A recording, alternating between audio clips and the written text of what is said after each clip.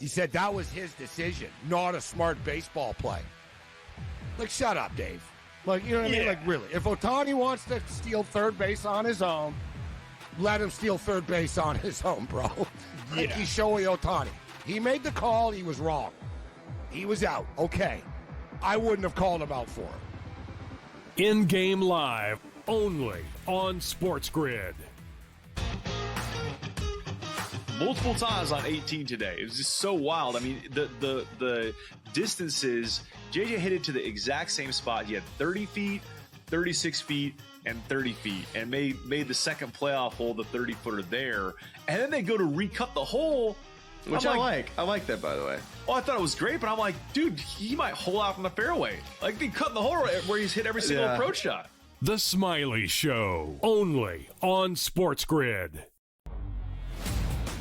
What would you tell the people right now, though? Like, okay, I like the Rams heading into the season, but I'm not sure about Matthew Stafford because people want to get their bets in. People want their team totals. People want to bet week number 1 here. So what's your prognosis on the Rams? We'll talk long-term in a second. Week number 1. Are we just going to say, like, yeah, he's ready. Bullets are flying. He looks great out there because he is a tough dude. But again, a back injury for a quarterback trying to get all that torque on passes, usually not good. The Early Line, only on SportsGrid.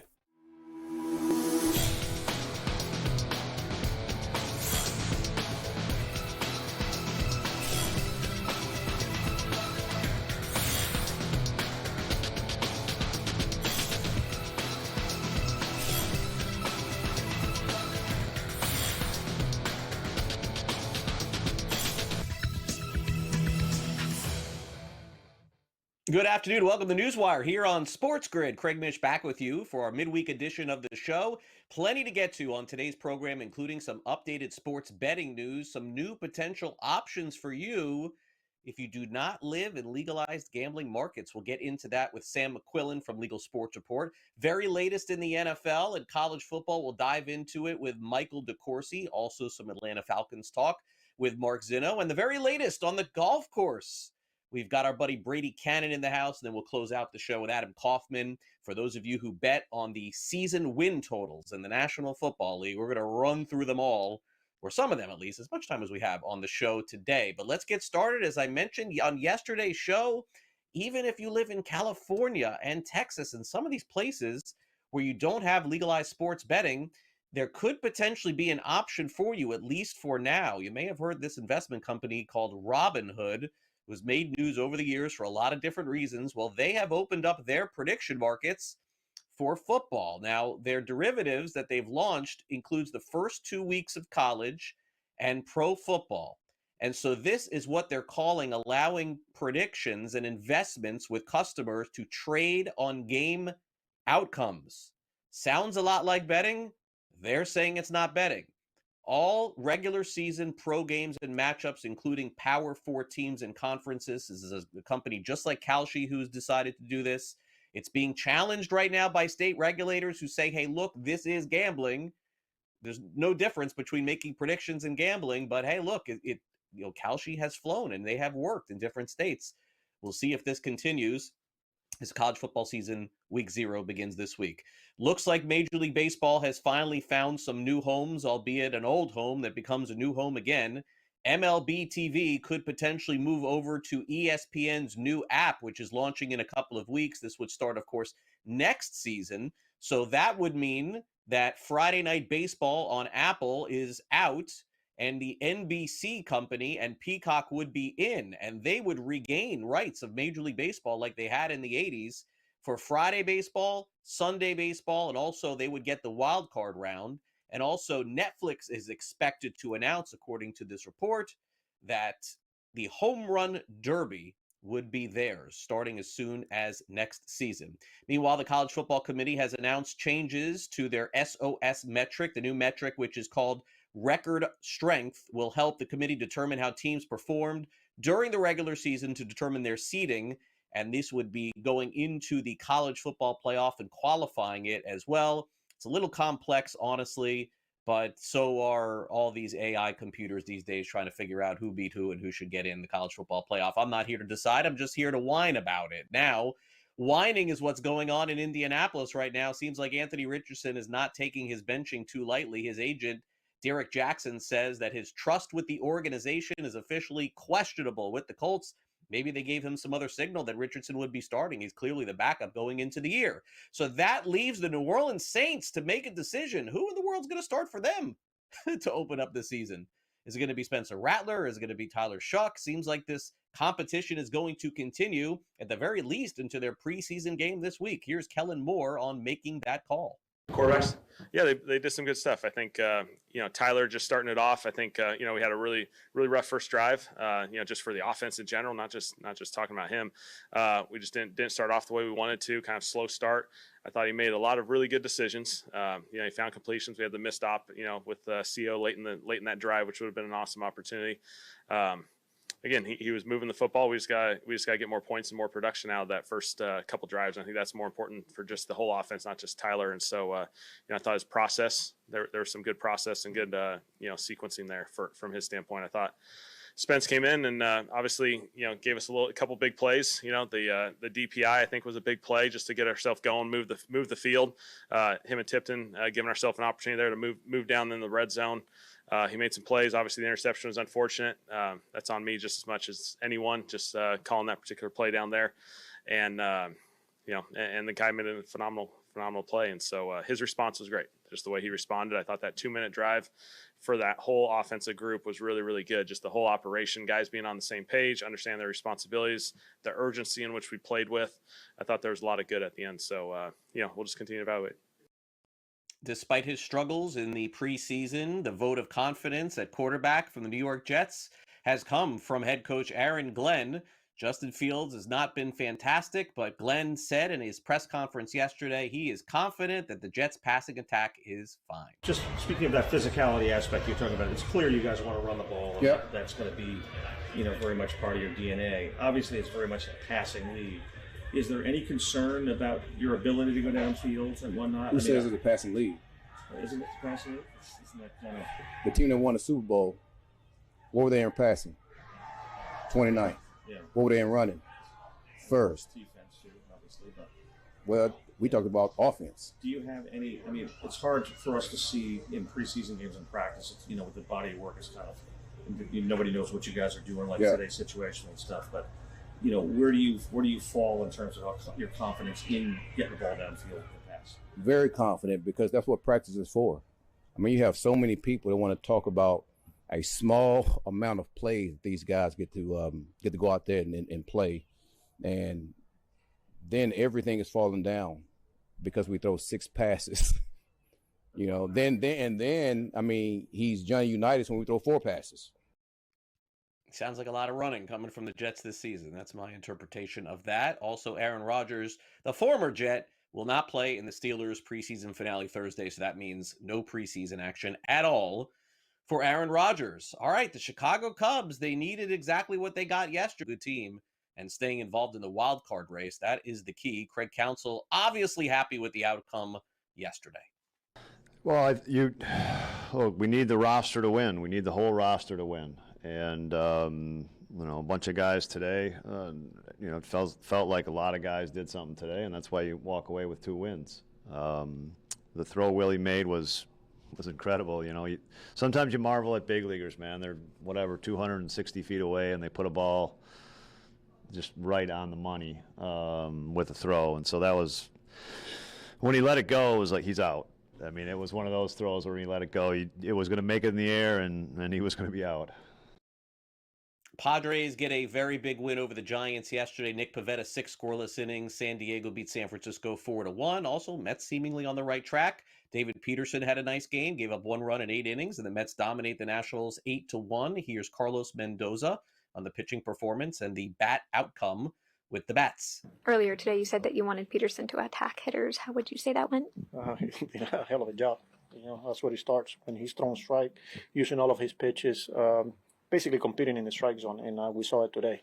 The way the changeup was really good, the curveball, slider, the sinker, got ground balls, and for him to go 8, he was really good.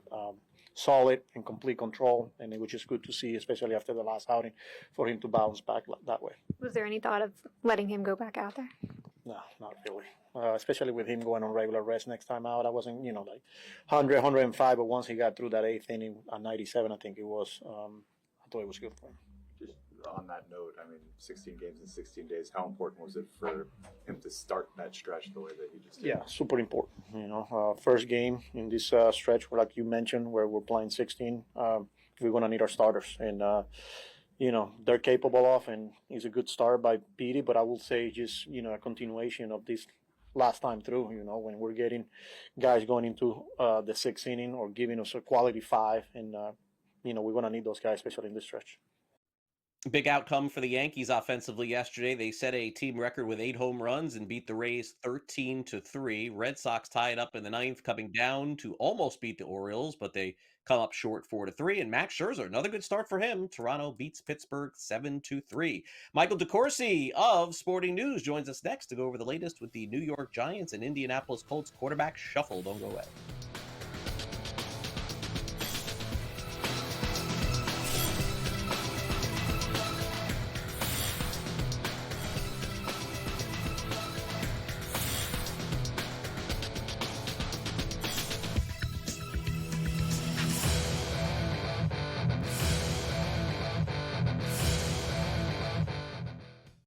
This is the moment every fan waits for. The countdown's over. The road to kickoff has begun. Play is here to stay. I'm not going to name names, Kevin. From win totals to player props, from division races to MVP debates, we've got eyes on every camp and data feeding 24/7, breaking down every angle across the league. Every pick, every edge, every line that matters. SportsGrid. Your road to kickoff starts now. He is not Derrick Henry. He is not one of those special backs in that sense. A really good one that's been outstanding in fantasy for quite some time.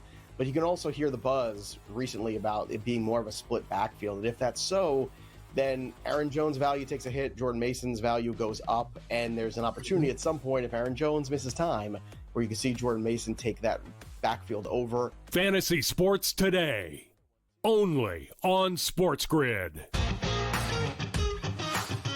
It's a safe shot, pin high left with a 6-iron. And then this is where JJ enters the fray again and hits this like slice 5-iron. That was just, I mean, it curved probably a good, 30, 40 feet, almost flies in the hole. And it was just a crazy shot because nobody would ever really try to hit that type of slider. The Smiley Show, only on SportsGrid. In extras, knocked out the Reds 6-5. This team doesn't lose. And the only thing I want to say, Tom, is I just hope they can continue this. Now, what does that mean? 40 games in a row? Of course we know it's not going to be the case. They are peaking right now. We've seen so many times. Baseball's a long season. Boy, if the Brewers are playing this baseball on September the 28th, watch out. But they are sensational right now. Pro Baseball Today, only on SportsGrid.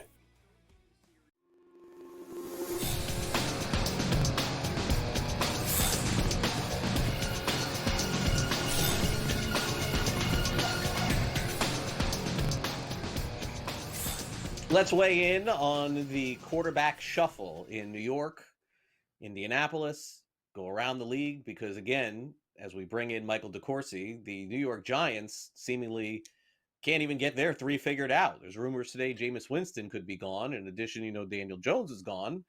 And Daniel Jones is now a member of the Indianapolis Colts. Mike, I feel like I got to catch people up on this stuff here. He won the quarterback job. He did? I got to tell you, I'm not surprised. If there's pressure in the NFL to win from game one, doesn't matter if you're a first-year coach or seventh-year coach. And let's just call it what it is. The body of work of Anthony Richardson is 1 out of every 3 games he looks great. I mean, that's 5 wins at the end of the year. It can't happen. Right.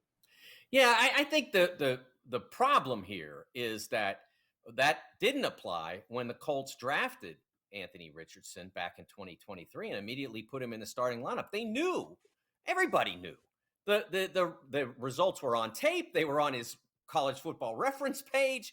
Anything you wanted to look at said Anthony Richardson is a project. He has as good an arm as there is in terms of strength in all of college football. His testing was off the charts at the combine, but he completed less than 60% of his passes as a collegiate. So definite project. So what do? They start him game one. He fails, then he gets hurt. Then he comes back the next year, fails, then he gets hurt. And now we're in year 3, and the Colts management, from this general manager, Chris Ballard, to the head coach, Shane Steichen, it's really a lot of pressure for them to win. And now they go with the more reliable, convenient choice. I look at this as a failure, not just of the Colts in selecting or in rushing Anthony Richardson into the lineup, but this is a general problem in the NFL right now, being in such a hurry to take advantage of having spent a first-round pick on a quarterback that you have to use that player right away. And it's producing an unbelievable degree of failure. 9 of 17 top 5 picks as quarterbacks over the last decade, not counting each of the last 2 years, because those players haven't had a chance to establish themselves yet.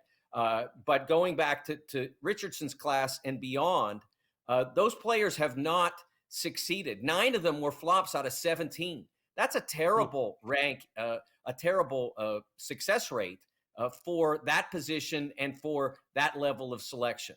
The best players at the position, you look at Patrick Mahomes as the most glaring example, aren't being rushed in to the action. Lamar Jackson didn't start until the final 7 games of his rookie year. And that's why when you mentioned New York and what's happening there, I look at that. You got Russell Wilson. If he's healthy, play him. Let Jackson Dart watch Russell Wilson play. Is Russ the player he was in Seattle? No, but he's still decent at worst. Why rush Jackson Dart in there to find out what it's like to fail? Even the best are going to fail some, but you don't want them to fail consistently. Yeah, and you can read about everything that Mike's talking about over at Sporting News. He put a big article about this, and certainly failure, by the way, by the Giants previous to this with Jones, and now it's funny that Jones from a failure goes to a starter. And I would also add, Mike, and the thing I guess that's most troubling to me, this is what I would say, is the point that you make is a very good one. I think betting on human beings is a 50-50 proposition. I do think it's very tough evaluating in all sports, whether it's football, baseball, basketball, they're kids. But in the first round of the NFL draft, and you've had a year, you got to make sure that your percentage is better than 50-50 on the first round. Now, the rest of the draft, who knows? I mean, it could be anything. Right. But I would add, I am concerned that these teams did not watch Richardson play at the University of Florida. I went there. I watched all the games he played. I thought, yeah, maybe in 7 years, this guy's going to be amazing. But, Mike, here's what I would add. I don't blame Anthony Richardson at all. Look how much money this guy's got. What is he? Oh, if it didn't work out, it didn't work out. What are these kids supposed to do? Maybe the NIL money will change things and kids will stay. But at the time that Richardson came out, this did not exist. I don't blame him whatsoever. Oh, no. I mean, he was encouraged that he would be a high draft pick. He went to the combine and put remarkable numbers down. And he was a high draft pick. So when a guy is sort of coerced into this and then that doesn't work out, that's frustrating because he's gotten bad information. But Anthony Richardson information was good. He was told he would be a high draft pick and he became one. The problem is, how are you developing that player once you get him in-house? And to put him out as a rookie with what he had put on tape as a collegian was absurd on the part of the Colts. Use him here and there and maybe get him the feel for what it's like to be in an NFL game. Okay, I get that. That's probably a good idea. Maybe on a 3rd and long, let him use his arms and legs and all of that. But to make him the regular starter on day one was absolutely ridiculous. And they're reaping the failure there, and now they're going forward with another player who, while he may be more reliable than Anthony Richardson, I think we've seen that he had 6 years and only one of them was high quality. So he may be a more reliable choice than Anthony Richardson, but it's still not a great immediate future for the Colts. No, it's not, Mike. But what's sort of double down on this is that even I don't care who the quarterback is, FanDuel has set a reasonable number for the Colts where I could see 7 wins, I could see 8 wins, I could see 9, I could see 6. This is not like, I think, a drastic change at the quarterback position for them. They do have talent on both sides of the ball. And if they're pushing their chips in on winning this season, which is what you do when you start Right. Daniel Jones, wouldn't shock me to see them win 8 games at all. No, and part of that is the division is pretty poor. Tennessee is trying to move forward after a coaching change that was probably premature and irrational, to be honest. And Jacksonville still hasn't figured out whether Trevor Lawrence is the deal. Houston's in great shape, but that's only 2 games. So, yeah, I like the Colts to maybe top their number. I don't love that team at all, but they have some consistency at particular positions, running game, offensive line. I think they can be successful at a minimum rate. Yeah, would agree. Mike, thanks for coming on the show. We'll catch up again soon. Thanks for coming on. Thanks, Greg. Sports Grid Sound Off up next.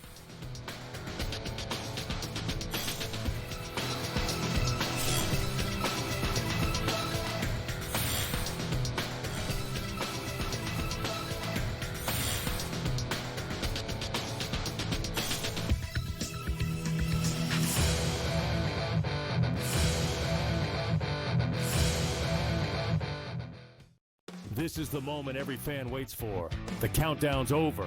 The road to kickoff has begun. Play is here to stay. I'm not going to name names, Kevin. From win totals to player props, from division races to MVP debates, we've got eyes on every camp and data feeding 24/7, breaking down every angle across the league. Every pick, every edge, every line that matters. SportsGrid. Your road to kickoff starts now.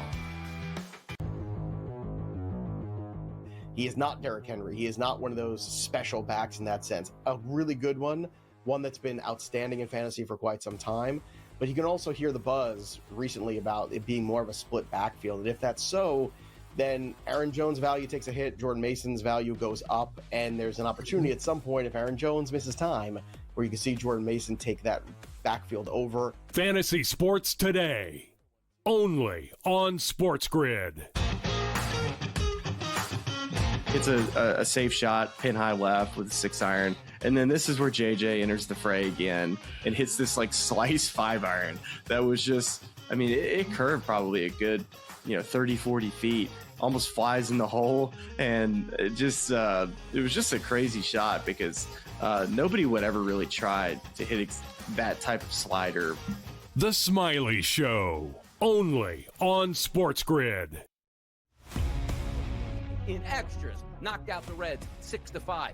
This team doesn't lose. And the only thing I want to say, Tom, is I just hope they can continue this. Now, what does that mean? 40 games in a row? Of course we know it's not going to be the case. They are peaking right now. We've seen so many times. Baseball's a long season. Boy, if the Brewers were playing this baseball on September the 28th, watch out. But they are sensational right now. Pro Baseball Today, only on SportsGrid.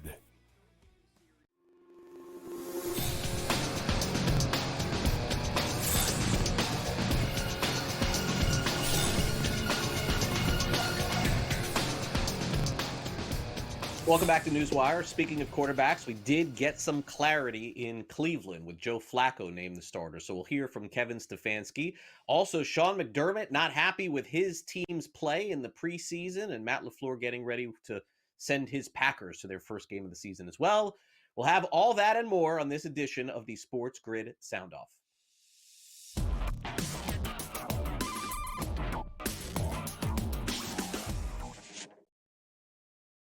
All right, let's start off with the Cleveland Browns. It's not Dylan Gabriel, it's not Shedeur Sanders, it's not Kenny Pickett, and it's not Tyler Huntley. And in fact, we don't know how many of those names are going to be on the Browns roster when they have to settle it next week. But Kevin Stefanski making it official yesterday that Joe Flacco back for yet another season and a second run in Cleveland.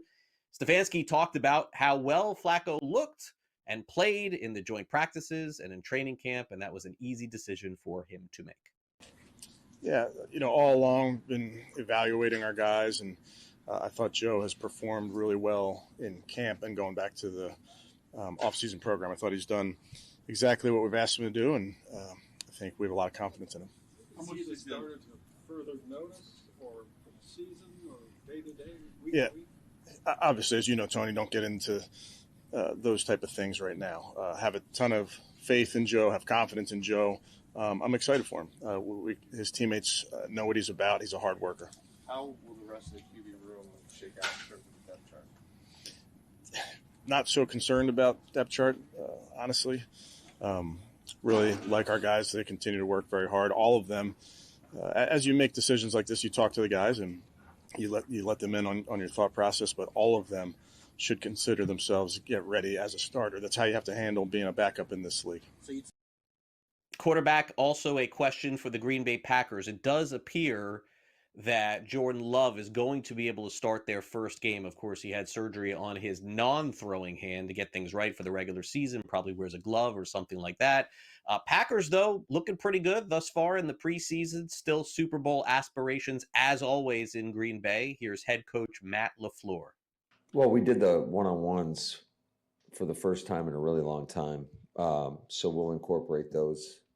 I thought that was a positive for us, just to watch those guys compete. And then we've kind of dialed back, I would say, the workload for our players, not only yesterday, but today. Then tomorrow will be, all jog through, and then hopefully to get them a little bit refreshed. Because some of these guys, I mean, they were taking a lot of reps in practice, and you go right to the game. You have a day off, and you're back in at practice. We just felt like it was best for our team with the number of guys that we have out to kind of dial back a little bit. Unfortunately, never want to do that, but you want to keep pushing. But it is what it is. You got to adjust.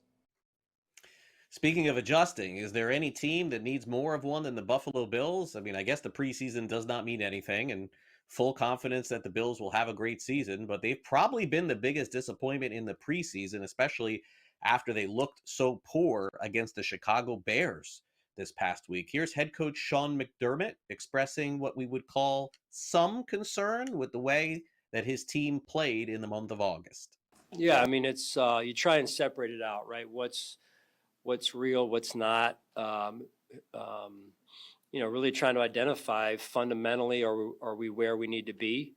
Who can win one-on-one matchups? Who's ready to play 2 weeks from now, give or take, against the Ravens and through the season? Who's ready now to do that? Who might be ready down the line here, and who can develop in that regard? And then who may not be ready? So you're looking for, in that game, as you pull it apart, unpack it, who can win one-on-one matchups as well, and who's ready to do that, and who may be able to develop that down the road here. So, but where we're at as a football team is continuing to get more and more comfortable with, and it's important with our systems, with the fundamentals that we need to execute, and get on the same page with some of those other areas. All right, more on the NFL coming up with Adam Kaufman. We're going to dive into all the season win totals in the National Football League, so stay on the grid for that. We'll also check in on the Atlanta Falcons with Mark Zinno, who will join us next. For those of you who do not yet have the SportsGrid app, let me give you a quick tip. This is fantastic because it's going to help you not just track your bets, but also give you some insights as to some of the different point spread movements, news, notes, and information, and picks against the spread. So just take out your phone and scan the QR code that you see right there. It is the SportsGrid app. It's available for both iOS and Android. And with college football beginning this weekend, you got to make sure that you get it now. Coming up next, Sam McQuillan will join us from Legal Sports Report. Kalshi, Robinhood, these companies just feel like the wild, wild west at this point. We'll talk about it next.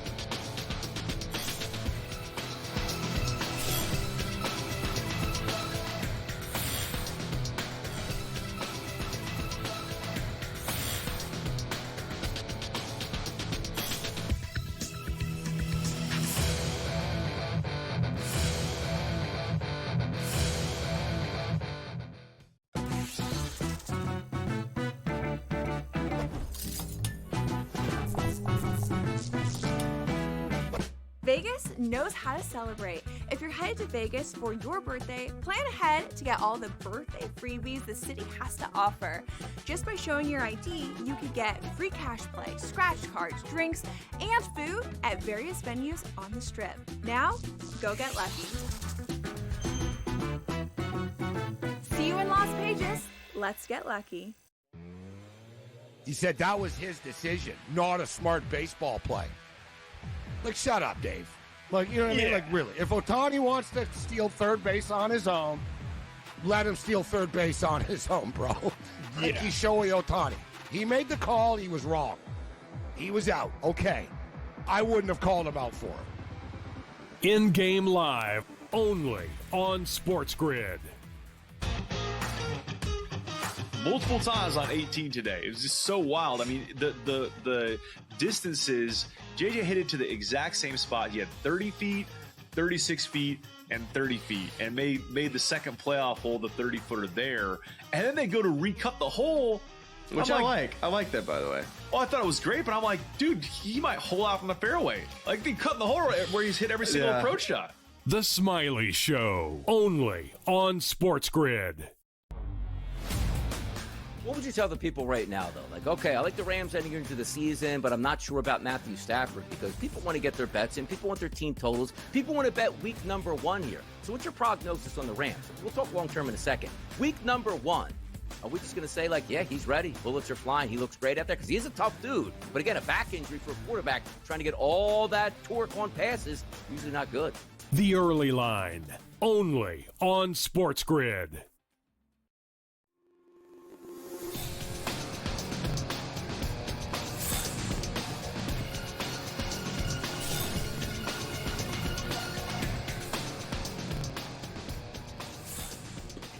Well, Sam McQuillan and I could probably do an hour on this subject, which is, honestly not getting enough attention, I don't think, which is the idea that I don't care what these companies say, no disrespect at all to Kalshi and no disrespect to Robinhood. These companies in some way, shape, or form are allowing you to wager, although they're saying predict and saying invest, Sam. I mean, I don't know how else to look at this. Like, we do not have legalized sports betting, but somebody can drop Robinhood on an app and go to Kalshi on an app in California and Texas and do things very similar to folks who want to bet on sports in legal states.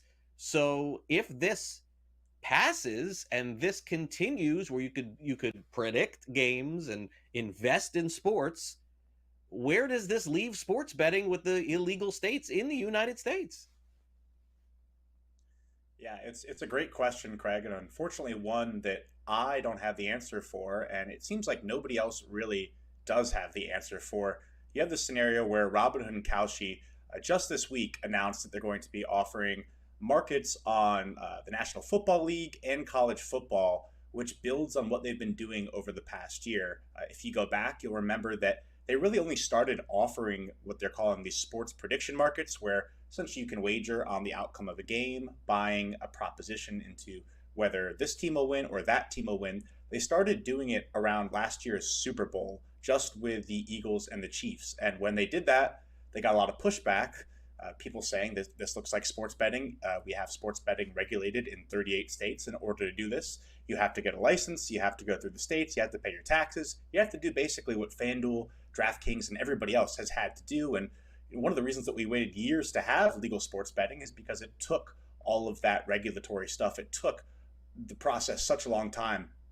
Now, fast forward to this year, they've already done $9 million in trading just on NFL preseason markets. So this is no longer just kind of a novelty business for them. If you remember, Kalshi, Polymarket, and all these other companies started offering these prediction markets around betting on the election, being able to wager who's going to win an Oscar, the weather, economy, kind of novelty markets around predictions. But once they've crossed over into sports, it's really kind of changed their business. This is a company that's now valued at over $2 billion. And the CEO, whenever he's talked about, sports as being kind of the driver of where they're going, he's really, hit home the fact that they're going to keep expanding it. People obviously seem to be invested in it. And to your point, Craig, it allows them to operate in states like Texas and California, where legal sports books so far have not been able to. So this hasn't been without pushback. You've had, court cases in Nevada, court cases in New Jersey, but those have kind of ended up in a legal process point where the court has said that, hey, this is something that's supposed to be decided by federal regulators. The CFTC is the one who oversees this. Now, the CFTC has largely been quiet on this front. They really have not weighed in.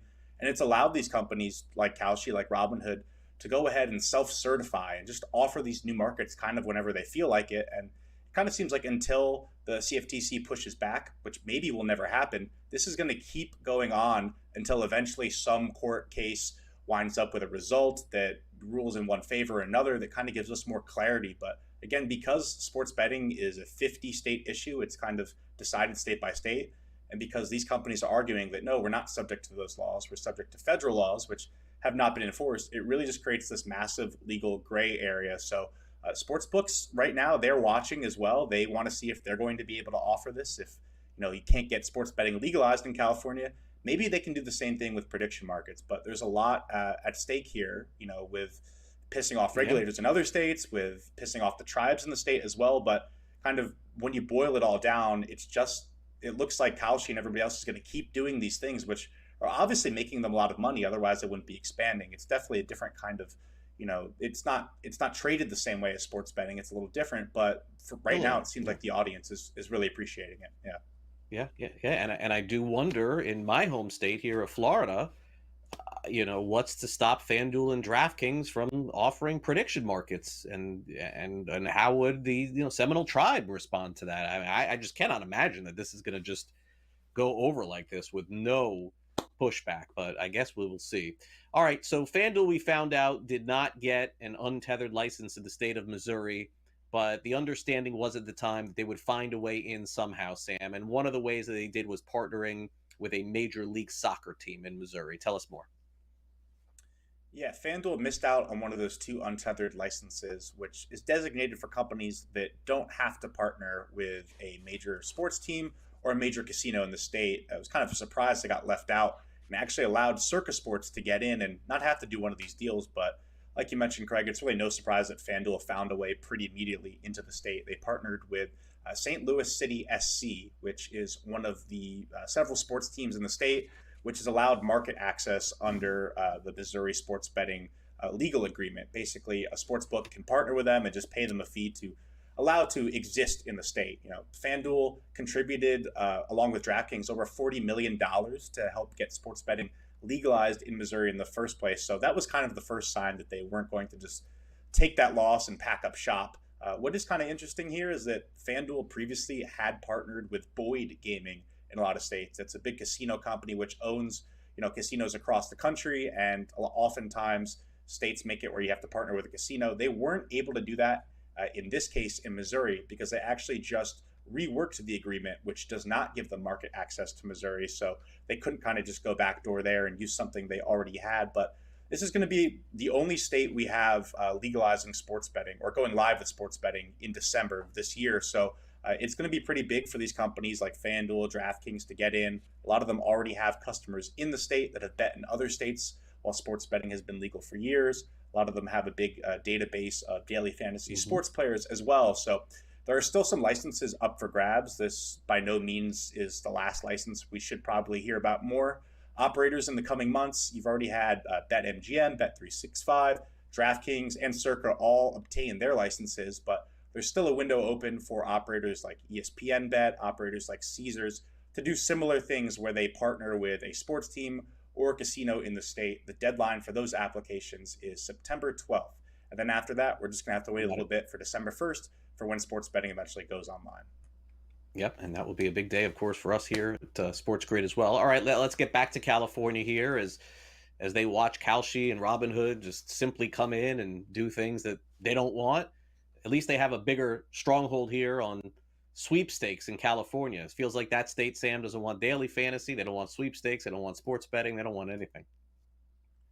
Yeah, California, and especially its tribes, have been steadfast fighting these kind of alternate forms of gaming, which, again, look, talk, act like regular sports betting, but want to be classified as something else so they don't have to follow the state's law, which has kept sports betting illegal, for a long, long time. And the tribes have pretty much held the keys to allowing sports betting to be legalized. So it's no surprise that we've seen them fight against these alternate forms. We did have an interesting development this week. One tribe, the Quetzal-Dihi Wintun Nation, actually spoke out against a bill that would ban sweepstakes casino gaming. These, of course, are the games that look like sports books, function like casinos, but because there's a free-to-play function, they get federally regulated as opposed to being subject to state laws. But this one tribe actually just partnered with a company called VGW, which offers these social sweepstakes casinos and sports books in California right now. So you had this one tribe come out and say that we don't want this bill to be passed. It's going to hurt smaller tribes like us, which try to get a lot of money from this business to fund healthcare and other initiatives.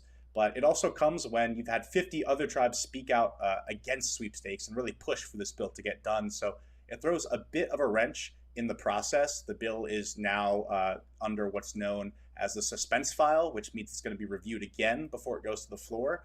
But if I had to predict, Craig, I would say that one tribe is not going to be enough to stop the other 50 that have really been railing against the sweepstakes business in California. Definitely so. Sam, great stuff as always. We'll read more over at LegalSportsReport.com. Thanks again for coming on Newswire. Thank you, Craig. All right, Sam McQuillan with us. Coming up next, the Atlanta Falcons roll into the final preseason, and we won't get a look at either of their starting quarterback or backup quarterback. Will that make a difference in the regular season? Mark Zinno of SportsGrid checks in next.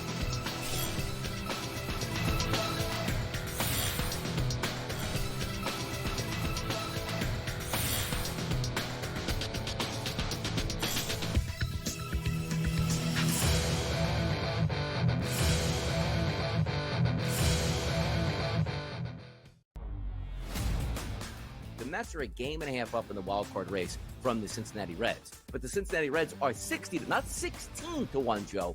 60 to 1 to win the pennant here. But I do find myself looking at the New York Mets saying, there's too much talent on that team, and we know how things work out, even with the Philadelphia Phillies in the playoffs last year. Hey, we're a good baseball team. Mets get hot at the end of the year. Mets knock the Phillies out of the playoffs. We've seen that happen before.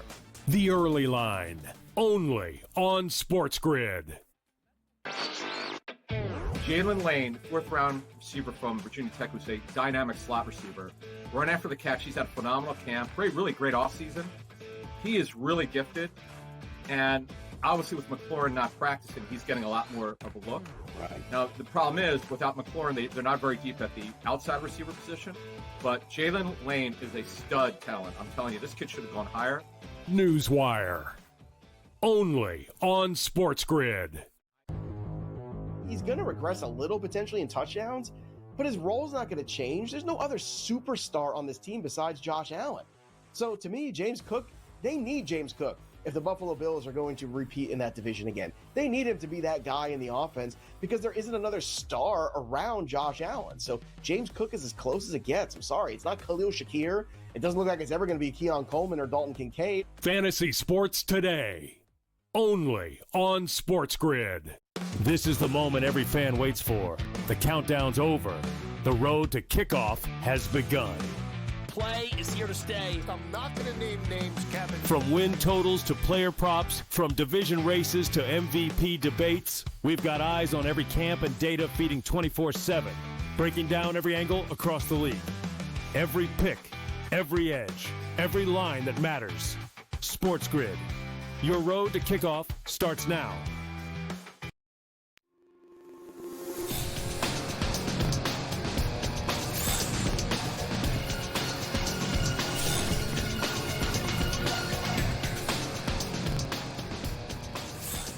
Welcome back to Newswire here on SportsGrid. Let's check in on the latest with the Atlanta Falcons. They make the decision this preseason to not play Michael Penix Jr. and not play Kirk Cousins. And as the preseason wraps up, our first look at them in 2025 is inevitably going to be in a couple of weeks when they make their debut in the regular season in the NFL. Let's bring in Mark Zinno on that.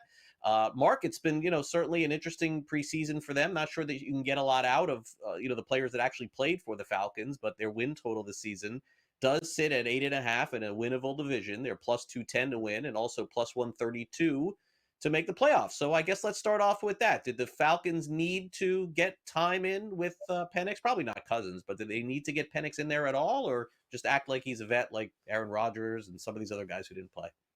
I mean, he's played a total of 12 quarters in 2 years.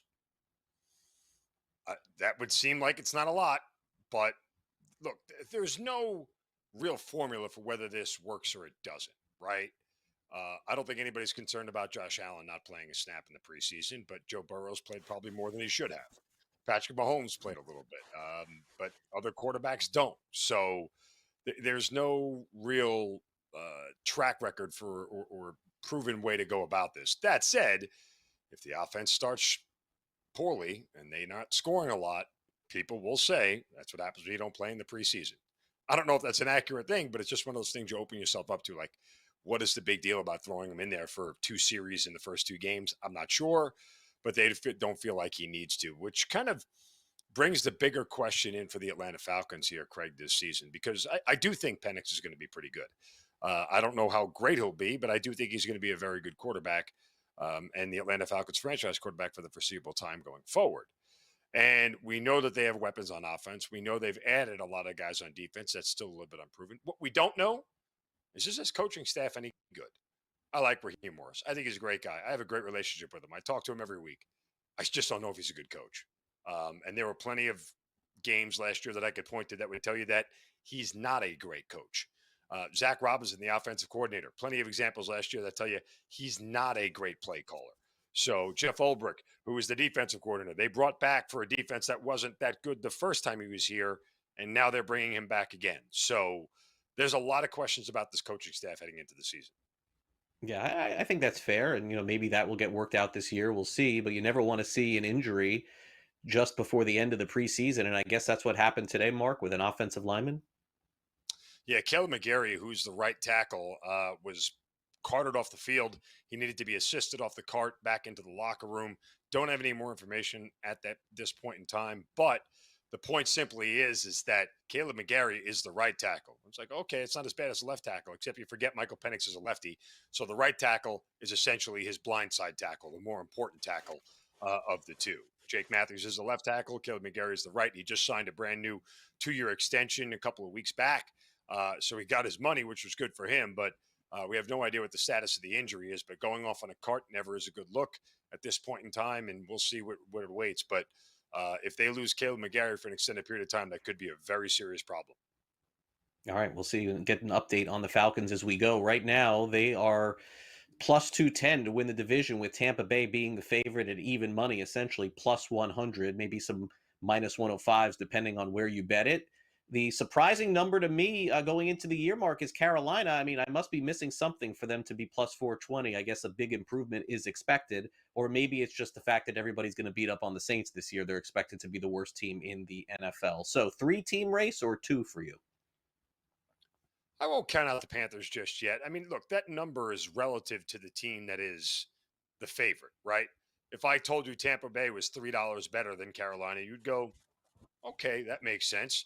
It's just that Tampa is not, minus 160 to win the division like the Bills are. They're an even money or plus money. We're a plus money favorite for, the months leading up to this point in the season. So I think that's all relative as far as the number is concerned. But it wouldn't surprise anybody. It shouldn't surprise anybody in the NFC South if the Panthers win it, nor should it surprise anybody if the Falcons win it. I have the Falcons plus 155 just to make the playoffs. I figured that was the safest bet. This is a team that's won 7 games, 3 years in a row. And so they are a team that probably needs to get 3 more wins to lock themselves into a playoff spot or the division, one or the other. So the NFC isn't as deep as the AFC. I think you can sneak in with 9 wins, but given the division that they play in and who else is in the NFC, I think 10 wins is what the Falcons would need to get in the postseason. Yeah, my crazy prediction. It's not. I don't think it's crazy. I mean, I just don't buy that teams can't make trades because of the cap in the NFL. I think the cap is fake. I predicted that Cousins will get dealt the night before the season somewhere else. But again, we'll see what happens. That's just my opinion. The idea that he hasn't been dealt already to me is just derelict management. You don't want the guy on the roster. He has no purpose there. It's $40 million that you're giving him to do absolutely nothing. That seems really silly to me. It's doubling down on a bad decision. Your decision to sign Kirk Cousins obviously did not work out. You're not going to go back to him at any point in time unless, of course, Michael Penix gets injured. And then what happens if Kirk Cousins plays well while Michael Penix is injured? Are you going to go back to Michael Penix again? I mean, it's a messy situation overall. They should get him off the roster, but I believe them when they say that they are committed to leaving him as the backup. Unless they get an offer, that really helps them out, I don't know that they're going to move him. They'd rather wear the egg on their face and not admit that they got it wrong and leave $40 million sitting on the bench than actually do something about it. That's kind of the way the ownership and front office runs things. So I'm not surprised that he's still there, and I don't think he'll be moved. All right, we'll see. Maybe he's on the Rams in a week. We'll see. All right, week 1 starting quarterback. I know the Saints could use Cousins, but they're not going to do this. They're in a rebuild. Rattler is the starter. Is that a guarantee here? Minus 260. Shuck plus 186. Jake Hayner's not going to start. Is that a guarantee for Rattler, you think? I don't think so. I mean, I would probably go with Tyler Shook. You know what Spencer Rattler's ceiling is at this point in time. You don't know what Tyler Shook's ceiling is, right? We have no clue. I mean, we got to see him play actual games, but we know that Spencer Rattler does not elevate this offense in any size, way, shape, or form. So I'm not sure how it benefits them not to go to Shook first, see what he can do, and then if it's really bad, then you go back to Rattler and what you know what he can do. Derek Carr not walking through the door anytime soon. Thanks again, Mark. Have a great rest of your week. Appreciate you coming on. Coming up next, Brady Cannon weighs in on the PGA Tour Championship, and then Adam Kaufman with some NFL win totals. You're watching NewsWire on SportsGrid. We'll be right back.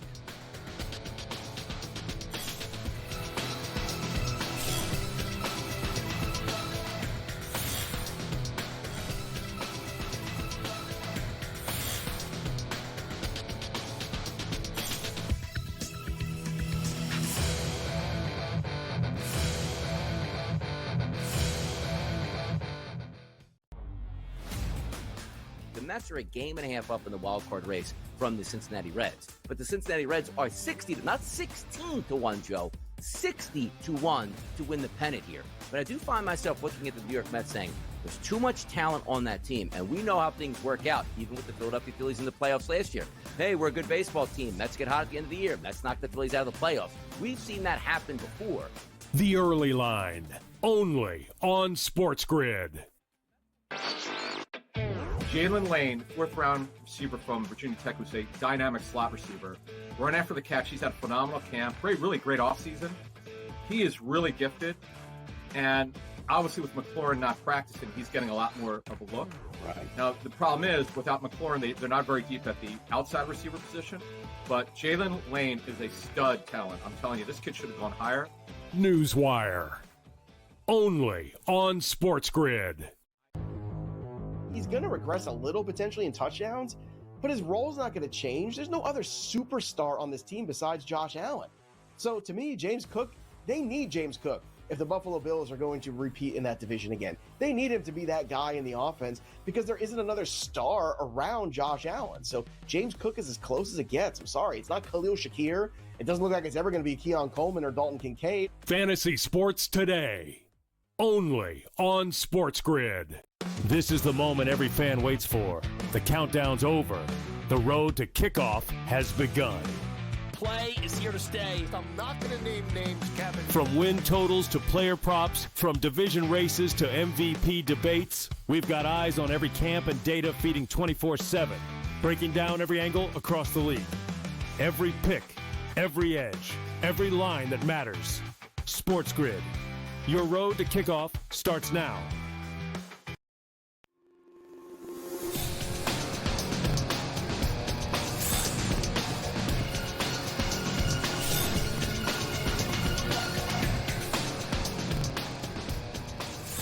We wrap up this first hour of NewsWire with a wrap-up of the PGA Tour. We're coming to a close here, of course, with football starting, the PGA Tour ending, but we've got a little bit to go here until the Ryder Cup. Let's bring in Brady Cannon. We've got the PGA Tour Championship on deck. Brady, before we move forward, real quick back.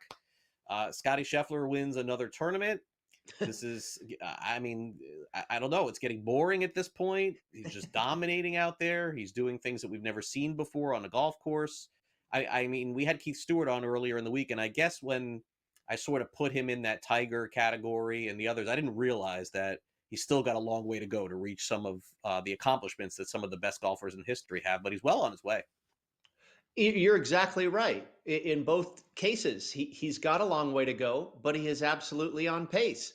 You know, he just crossed another milestone where he got his 5th victory of the season.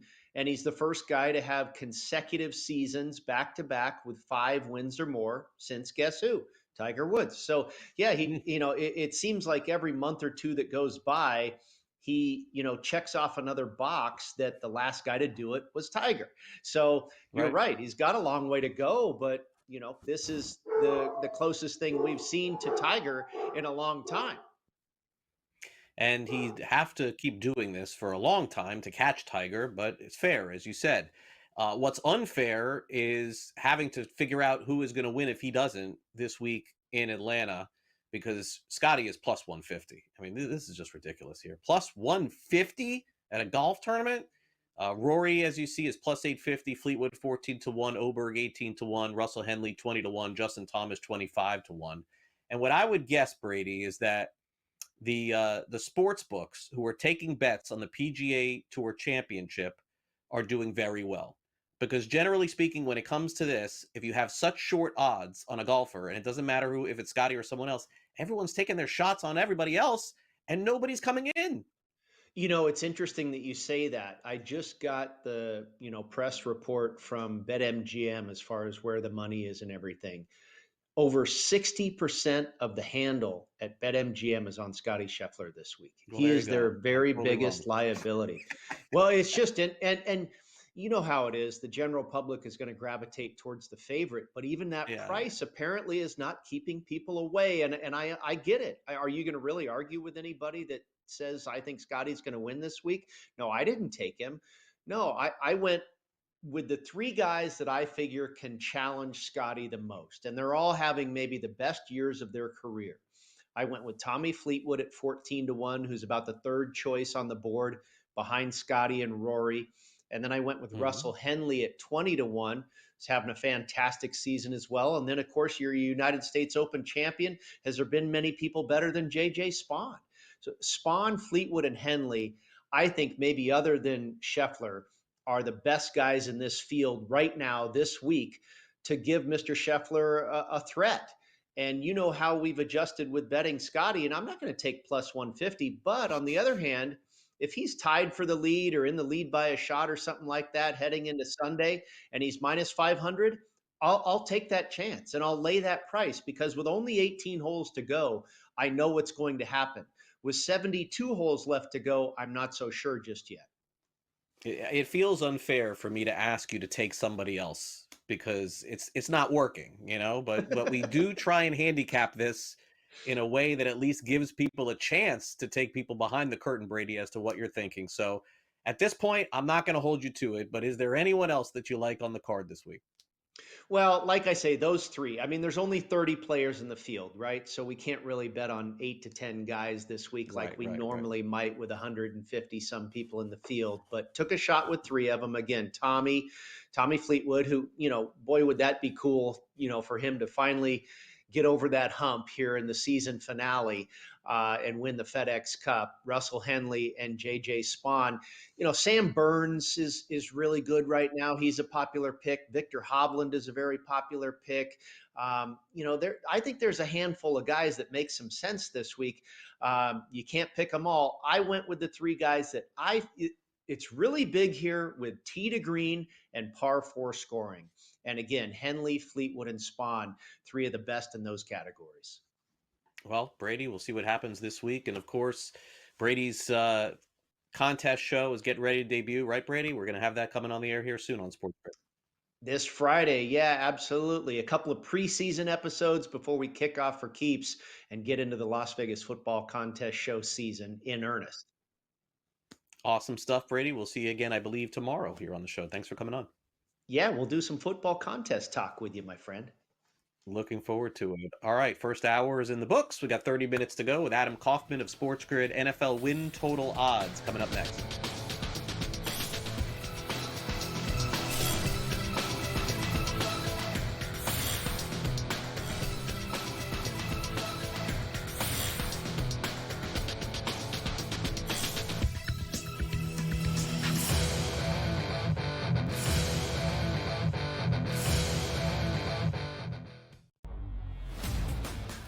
Mets are a game and a half up in the wild card race from the Cincinnati Reds. But the Cincinnati Reds are 60, not 16-1, Joe, 60-1 to win the pennant here. But I do find myself looking at the New York Mets saying, there's too much talent on that team, and we know how things work out, even with the Philadelphia Phillies in the playoffs last year.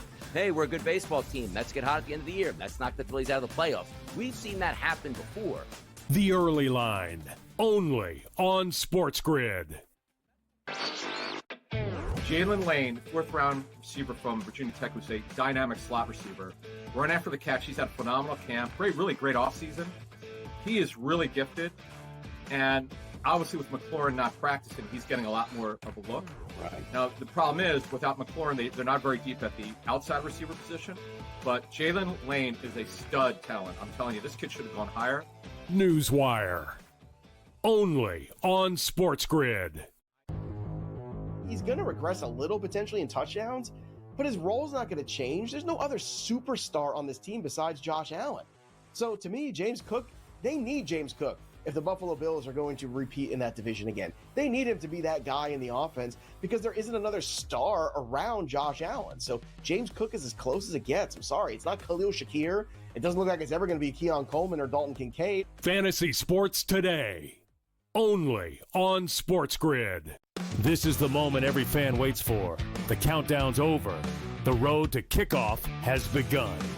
Play is here to stay. I'm not going to name names, Kevin. From win totals to player props, from division races to MVP debates, we've got eyes on every camp and data feeding 24/7, breaking down every angle across the league. Every pick, every edge, every line that matters. SportsGrid. Your road to kickoff starts now.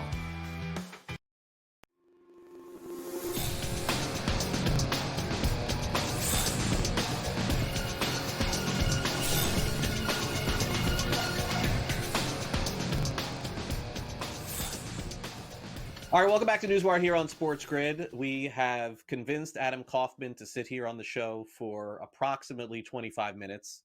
And so he's back from his vacation. He's ready to break down games. He probably has missed some of the NFL preseason, which means nothing because nobody plays anymore in the NFL preseason. So that's fine. But Adam, welcome back. And thanks for coming on NewsWire. You ready to dive into some totals? Yeah, let's do it. Which, by the way, just on the preseason, you're right. It's not like I've been glued to my screen watching a bunch of dudes I've never heard of that more than likely aren't going to be in the league in the weeks to come. But in terms of trends, and I'm sure you've gotten into this, look, you could just, at least through 2 weeks, I don't know what week 3 is going to bring, but at least through 2 weeks, you could just be blindly betting overs and underdogs against the spread, and you would be raking in the money right now. Yeah, I don't understand how any team can be favored by 5 or 6 in a preseason game. And the other thing you missed is betting Baltimore, right? Betting the Ravens. They just keep winning. Yeah, I mean I know that's been obviously an historic trend that has gone on for years and years. But I haven't kept track of whether that's continued this year. Has it? It is. I think so. Perfect. I think, didn't they win the first 2 games? They were a dog and then a favorite, and then they won. So they lost 1 time last year. So I don't bet against Harbaugh. Right. Of course, that Harbaugh and the Ravens this time of year. You just don't do it. Right. So AFC East win totals with Adam Kaufman. Let's get started. We'll start at the top here. Buffalo Bills. Now again, I mean, listen, foregone conclusion. Bills win 9 games, 10 games, maybe so. But this is why it's fun because they've set this number so high, 11.5 for Buffalo this season. Monster favorite to win the East. Monster favorite to win the playoffs. By the way, I would tell you this. I don't know that the Bills. What's going to happen with them? I would bet the Bills this week in the preseason after what they showed last week. I have a feeling that they're going to be pushed harder to win this week. That's neither here nor there. 11.5 wins for Buffalo. They'd have to go 12-5 this season to go over. What do you think? Yeah, the embarrassment factor into the preseason finale. Look, for me, it's more of a stay away spot. However, if I was going to bet it, I'd have to go with the over simply because of what we saw last year out of this Buffalo team. And you could say that there were elements of, some luck along the way, whether it's just, hey, staying healthy where other teams don't, or, in certain situations, late game, that type of thing. But terms of the structure, the key pieces, they remain in place. Obviously, you've got a dynamic offense that was putting up 30-plus points regularly, led by the MVP, and to me, the clear MVP favorite throughout the year. I never understood sort of the debate of Josh Allen against Lamar Jackson and argued against it the entire season. And, ultimately, I guess, was vindicated in the end, even though it was a relatively close vote. But even if you think Josh Allen is going to take a step back, I think something that's almost reassuring, Craig, is that last year, it's not like he lost this big piece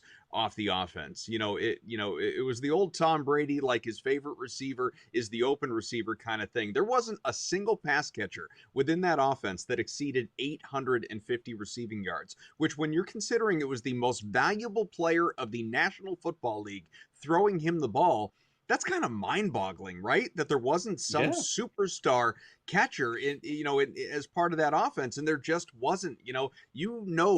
Generally speaking at this point, what you're going to get from the Dalton Kincaids and the Dawson Knoxes of the world at tight end. And then in terms of the wide receivers, even if you think that, hey, Keon Coleman or Khalil Shakir, these guys are going to take big steps forward, I wouldn't invest in that. I'm not chasing their season-long overs. I think as long as they go out and do what they do, and James Cook obviously is as, dynamic and impressive in the backfield and as a pass catcher as well, that offense is going to be difficult to stop, plus another solid offensive line there. So even though there are some questions on the defensive side of the ball, it's still, and this is ultimately the most important thing, still a relatively soft division. Even if you're high on the Patriots, as I am, I'm not high on the Jets. I know we'll get there. I'm not high on the Dolphins either. Yeah. So the Bills should generally be able to beat up on the division, help inflate the win total there. 11.5 is the total there. I think you and I probably may only have one disagreement this season going in, and I think it's going to be the next team that we're talking about here. Patriots 8.5 is the win total. To win the AFC East is plus 550. To make the playoffs, they're just plus 164. So I don't know what I'm more surprised on here, Adam, and I think this is where we're going to disagree. I think New England is going to be a little bit better. I don't think they're 9 or 10 wins this season. I just that to me would state that Robert Kraft has done an incredible job with hiring Vrabel, and May became a good player, and all of those things. It would be stunning to me. And Bill Belichick, when he left, sort of left things in such disarray. But the odds makers are telling us, I guess, that Gerard Mayo was just a horrible coach, Adam. I mean, there's nothing else to say. I mean, there's the more or less same personnel going into the season. Running back, maybe an upgrade too, I should say that. Yeah, well, with what Travion Henderson obviously has done here in this preseason, there are a lot of people that are excited about him in terms of, your dynasty fantasy leagues, season-long leagues, best ball, DFS, all of that stuff. But how is he going to, truly make an impact within this offense and sharing snaps with Ramondre Stevenson, Antonio Gibson? We'll see. I think he's going to be solid. Obviously, as Drake May called him, he was a lightning bolt in the first couple of preseason games, especially starting his career with that 100-yard kickoff return. But you're right, we do disagree, and I don't think it's this beautiful Boston skyline sitting behind me that's offering some hometown bias. I am high on the Patriots this year, and I do think they're a 9 or 10 win team. And I know that sounds like a gigantic jump when you're talking about a team that went 4-13 last year, but there are so many changes. Yes, a lot of the key personnel is back, but I think this is a league, I would argue in certain sports, how much does coaching really matter? In the NFL, coaching matters. And when you're going from someone who was just so clearly and overwhelmingly over his head in Gerard Mayo, never should have been a head coach, obviously, in the first place, or at least he wasn't ready to take on that level of responsibility. You replace him with a true culture setter, tone setter, leader of men in Mike Vrabel, who is experienced taking the Titans to the playoffs and having successful seasons there, and is just somebody that, again, just walks into the building and instantly commands the respect of his players in a way that unfortunately Mayo and that sort of makeshift coaching staff never did. That's a big difference maker, and we've seen Vrabel out there in practice, scrapping it up with the players, landing on the bottom of pig piles, getting bloodied. I mean, guy looks like he still wants to be playing out there, but that's the heart of a dude that won 3 Super Bowls, right? So he, I think is very important to this. But also, maybe we're not talking enough about Josh McDaniels, who comes in, sure, a terrible head coach with, the Broncos with the Raiders, but an offensive coordinator most of it with Tom Brady, I'll admit, has shined. You know, he turned Mac Jones into a Pro Bowler, albeit kind of by default because enough guys said no. But Jones in his first year, and he barely belongs in the league right now. In his first year in the NFL, he was a Pro Bowler. There were people that thought he was the best, rookie quarterback in that class at the time, if we can really rack our brains and remember. So now you get a real quarterback working with Josh McDaniels and Drake May, who's going to scheme him up, play to his advantages, lean more on the run because he is, unlike Brady and so many other guys that have come since, a mobile quarterback, a guy that can really maneuver around the pocket. I don't know what we're going to get out of Stephon Diggs and whether he's going to be a legitimate wide receiver one. I think it's fair to say this offense has loads of questions, but can they jump from, say, 30th in the league last year to, 22nd? It's still not great, but that's a monumental jump, coupled with a top 10 at worst, in my mind, defense, maybe even top 5. And oh, by the way, Craig, if we were to pull it up, a joke of a schedule, an awful schedule for this Patriots team. They are, it's the 31st schedule in the league, I believe it is, second easiest in the NFL. So you put all of that together, and yeah, I'm buying into a massive jump for New England.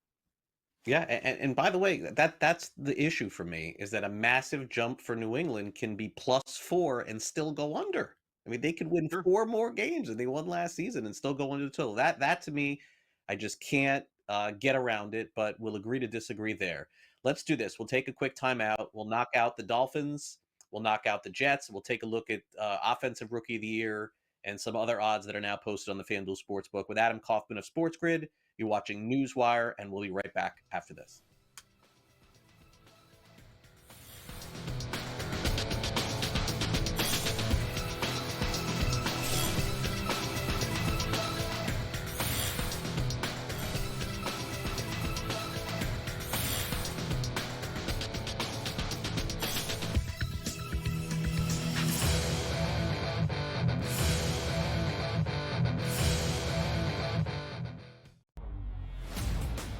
The Mets are a game and a half up in the wild card race from the Cincinnati Reds. But the Cincinnati Reds are 16 to 1, Joe. 60 to 1 to win the pennant here. But I do find myself looking at the New York Mets saying, there's too much talent on that team. And we know how things work out, even with the Philadelphia Phillies in the playoffs last year. Hey, we're a good baseball team. Mets get hot at the end of the year. Mets knock the Phillies out of the playoffs. We've seen that happen before. The Early Line, only on SportsGrid. Jalen Lane, 4th round receiver from Virginia Tech, who's a dynamic slot receiver. Run after the catch. He's had a phenomenal camp. Really great offseason. He is really gifted. And obviously with McLaurin not practicing, he's getting a lot more of a look. Right. Now, the problem is, without McLaurin, they're not very deep at the outside receiver position. But Jalen Lane is a stud talent. I'm telling you, this kid should have gone higher. NewsWire, only on SportsGrid. He's going to regress a little potentially in touchdowns, but his role's not going to change. There's no other superstar on this team besides Josh Allen. So to me, James Cook, they need James Cook if the Buffalo Bills are going to repeat in that division again. They need him to be that guy in the offense because there isn't another star around Josh Allen. So James Cook is as close as it gets. I'm sorry, it's not Khalil Shakir. It doesn't look like it's ever going to be Keon Coleman or Dalton Kincaid. Fantasy Sports Today, only on SportsGrid. This is the moment every fan waits for. The countdown's over. The road to kickoff has begun. Play is here to stay. I'm not going to name names, Kevin. From win totals to player props, from division races to MVP debates, we've got eyes on every camp and data feeding 24/7, breaking down every angle across the league. Every pick, every edge, every line that matters. SportsGrid. Your road to kickoff starts now.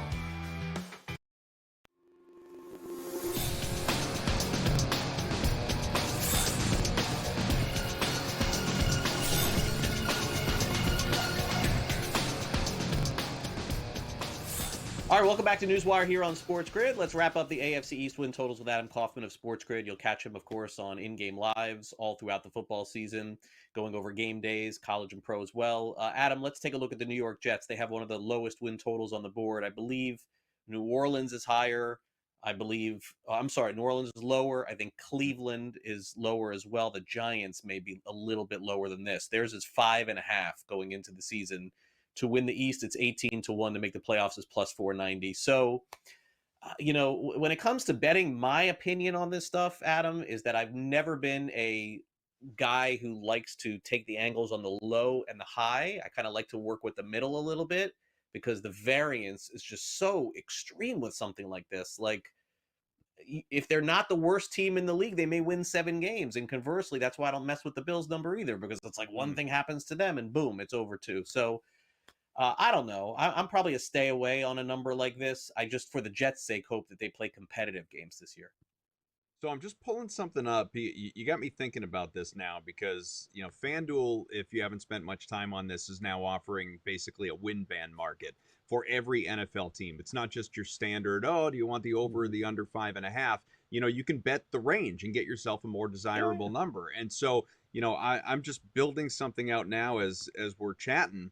So how about this? Could I interest you in this, Craig? How about over 3.5 wins for the Jets, under 7.5 wins? So anywhere between 4 and 7, that's that range you're talking about. That's a minus 120 bet. As long as you just believe that the Jets are going to be bad, but maybe not, historically bad. But obviously, right. Even if they cleared that win total, it's not by much. They're not a playoff team. 4 to 7 feels about right for New York, doesn't it? Yeah, it does. And not only that, I know the quarterback's always going to get a lot of attention. I am not throwing in the towel on Fields yet. I saw this kid play way too much of high-level college football to think that this is over. I don't like what the Steelers did to him. I didn't like the way that they used him. I still like Breece Hall. I still like Braylon Allen, their receivers too. Look, the Jets are not winning 10 games, but you're right. I think that this could easily go over. And then again, you do have to ask yourself the question now in the NFL, when we've seen McCaffrey traded and some other big names traded, is that what would happen if they did stink? Like, would they trade some pieces and then all of a sudden that win total just goes down? So the number that I think the last time you were on a few weeks ago that I've softened on are the Miami Dolphins, because when we talked weeks ago, I was like, I don't get it. It's still Tyreek Hill, it's still Tua. But there's just a lot of negative reporting on this team now to the people who are watching this in person. And I respect those people. And if they're saying those things without bias, then I got to buy here a little bit too. And this number does scare me again, because what would happen, Adam, if the Dolphins at that trade deadline only had 3 or 4 wins? If they played 17 games, yeah, they could hit 8.5 or 9. But if they decide to punt at some point and we know the coach is gone, etc., this could stagger down. So I am not bullish anymore on this number at 8.5. I'm probably stay away. Yeah, I never have been. So I'm glad you're on my side of the fence with this one. I would go under. And to your point, I know people down there that cover this team. And, only a couple of days ago, I got an unsolicited text just, shooting the breeze, if you will, about the Miami Dolphins in the AFC East. And someone who's much more plugged into this team than I am said to me, I would expect a full reset for this organization come the end of the year. Yeah. That means blowing out McDaniel and the coaching staff. It means obviously a new GM. It could mean a change from Tua Tagovailoa, since obviously he is not, proven to be able to stay healthy and make it through a full season. I realize concussions can be viewed as a fluky thing. They're not a quote unquote injury. I mean, they're a brain injury, but it's not the traditional kind of injury that we talk about. But also, even when he is out there, I mean, how good are they really? In McDaniel's 4 years, you're talking about a 10-win season now, back-to-back missed trips from the playoffs, and obviously coming off at 8 and 9, I would go under. I think there's just so much negativity, to your point, around this team, to where we've seen now McDaniel is just, I mean, I wouldn't even say not even a good head coach, let alone a great head coach. I think he is, for this offensive guru reputation that he came in with when he joined, obviously, he hasn't been able to scheme anything up as soon as they lose Tua. When it's no Tua and you've got the dregs, right? The Snoop Huntleys, the Skylar Thompsons of the world. I mean, it doesn't even look like a functional high school level offense, let alone an NFL offense. And that's even if you still have Achane, Jonnu Smith last year anyway, Tyreek Hill, Jalen Waddle. They haven't been able to achieve anything. And you couple all that with the fact that at the end of last year, Hill quit on the team, assed out. Yeah. Now he's got to come back, tail between his legs. At the start of training camp, Tua is talking about of his superstar number one receiver that he's got to repair relationships in the room, and they got a long way to go to get on the same page again. Look, maybe come week one, they just, it all looks great, right? They figured it out. Hill goes for 2 touchdowns and he catches 9 balls and has 150 yards, and it's all water under the bridge. But I don't think that's going to happen. I think this is a team that very realistically, as you outlined, could be a seller. I think it's a bad situation there. This is an under team for me.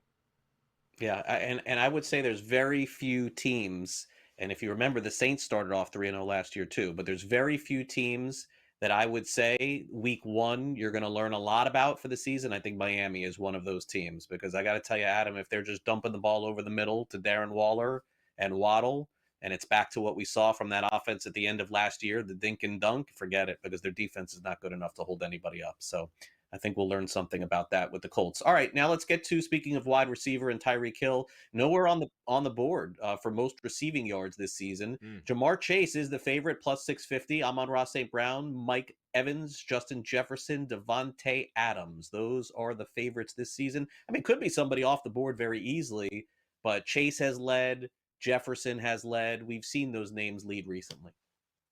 St. Brown is intriguing, and obviously he's near the top of the board, but I just think I guess there's an unknown, right? Is the Lions offense going to be as incredible without Ben Johnson as it was with him? That remains to be seen. So maybe you'd be a little gun shy to invest, but he is a name that jumps out to me because I think you still have all the key pieces. You still have Campbell, you still have Goff. I'd lean into it at least a little bit. All right, Adam, great stuff. Welcome back. We'll catch up with you again soon. Thanks for spending the time. Look forward to it. We'll wrap it up next with Last Licks. Don't go away.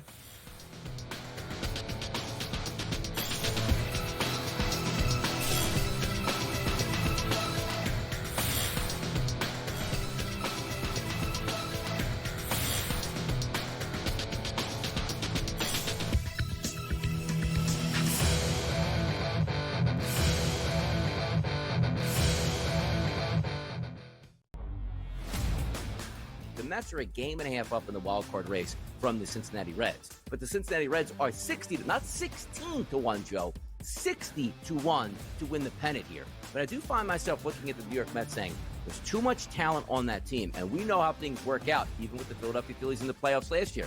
Hey, we're a good baseball team. Mets get hot at the end of the year. Mets knock the Phillies out of the playoffs. We've seen that happen before. The Early Line, only on SportsGrid. Jalen Lane, 4th round receiver from Virginia Tech, who's a dynamic slot receiver. Run after the catch. He's had a phenomenal camp. Really great offseason. He is really gifted. And obviously with McLaurin not practicing, he's getting a lot more of a look. Right. Now, the problem is, without McLaurin, they're not very deep at the outside receiver position. But Jalen Lane is a stud talent. I'm telling you, this kid should have gone higher. NewsWire, only on SportsGrid. He's going to regress a little potentially in touchdowns, but his role's not going to change. There's no other superstar on this team besides Josh Allen. So to me, James Cook, they need James Cook if the Buffalo Bills are going to repeat in that division again. They need him to be that guy in the offense because there isn't another star around Josh Allen. So James Cook is as close as it gets. I'm sorry. It's not Khalil Shakir. It doesn't look like it's ever going to be Keon Coleman or Dalton Kincaid. Fantasy Sports Today, only on SportsGrid. This is the moment every fan waits for. The countdown's over. The road to kickoff has begun. Play is here to stay. I'm not going to name names, Kevin. From win totals to player props, from division races to MVP debates, we've got eyes on every camp and data feeding 24/7, breaking down every angle across the league. Every pick, every edge, every line that matters.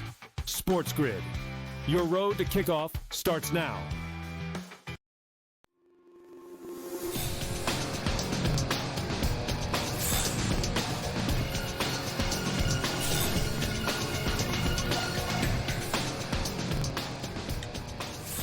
Welcome back to NewsWire here on SportsGrid. Boy, you do not want to get Nick Saban mad.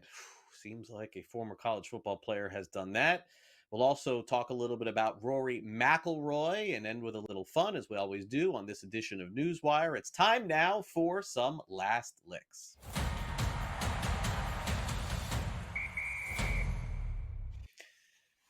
All right, this is kind of funny here, folks.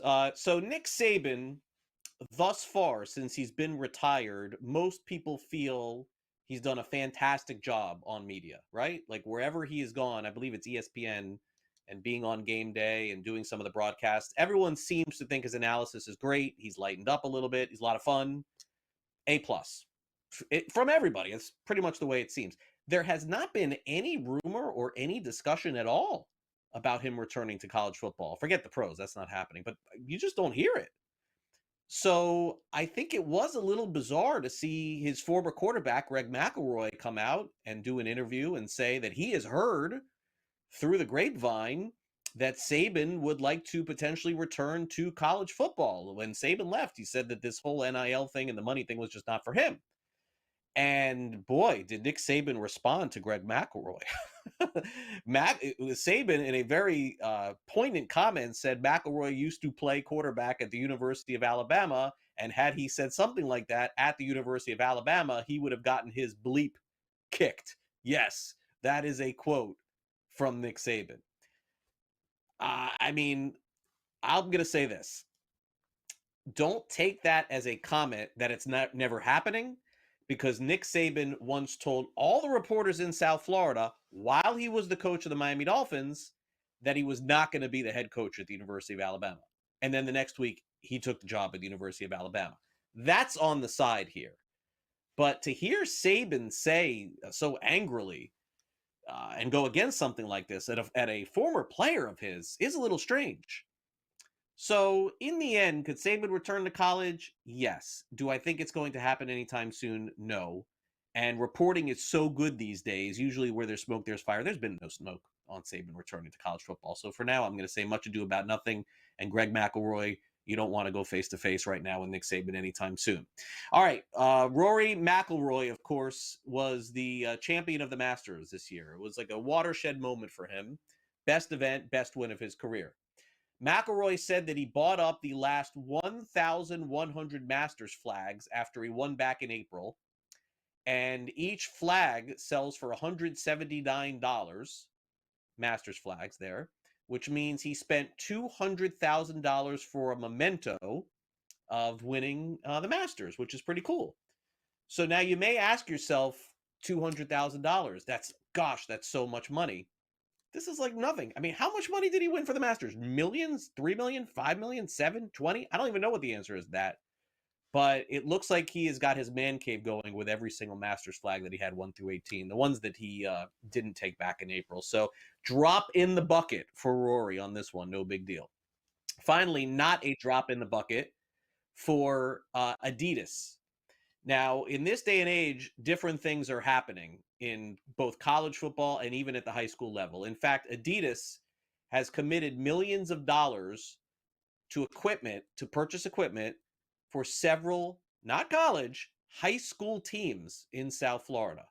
If you're not familiar, high school in South Florida football is one of the hotbeds all over the country, and they tend to win a lot. One of those schools is, of course, Miami Northwestern, which we've talked about with Teddy Bridgewater. So congrats to Adidas for getting involved in this. And by the way, setting the precedent. Get ready, California, Texas, everywhere else. I'm sure Under Armour and Puma and Nike going to get involved in high school athletics as well. All right, that'll do it for our show today. Thanks to all of our great guests here on the program, spending time with us, especially Adam Kaufman for about 30 minutes on the show, Mark Zinno, and also thanks to Michael DeCourcy and Brady Cannon for talking some golf with us here on the show. Sam McQuillan from Legal Sports Report 2. We have so many guests, Frank. It's very hard for me to run that. I should probably put it somewhere so I could see it like right at the end of the show. That would probably be a better idea. Also, thanks to our director, Luke, and for my producer, Frank, I'm Craig Mish. Now, guess what? Tomorrow, we creep closer to the Week 0 college football. So we're going to do a lot of college football discussion over the next couple of days. And then don't forget, we've got our fantasy football show, 3 o'clock Eastern, each and every Friday. And for those of you who aren't familiar, we just recorded our season preview for the upcoming fantasy football season. Joe Pisapia, me, Matt Stryker, George Kurtz. That's going to be airing on the SportsGrid Network as well. Also, you can download the SportsGrid app. As always, just take out your phone, scan that QR code right there. It'll get you the SportsGrid app. Hopefully you have your phone out because we're going to take it off your screen in 5, 4, 3, 2, 1, and it's gone. And so am I. Have a great day. See you tomorrow.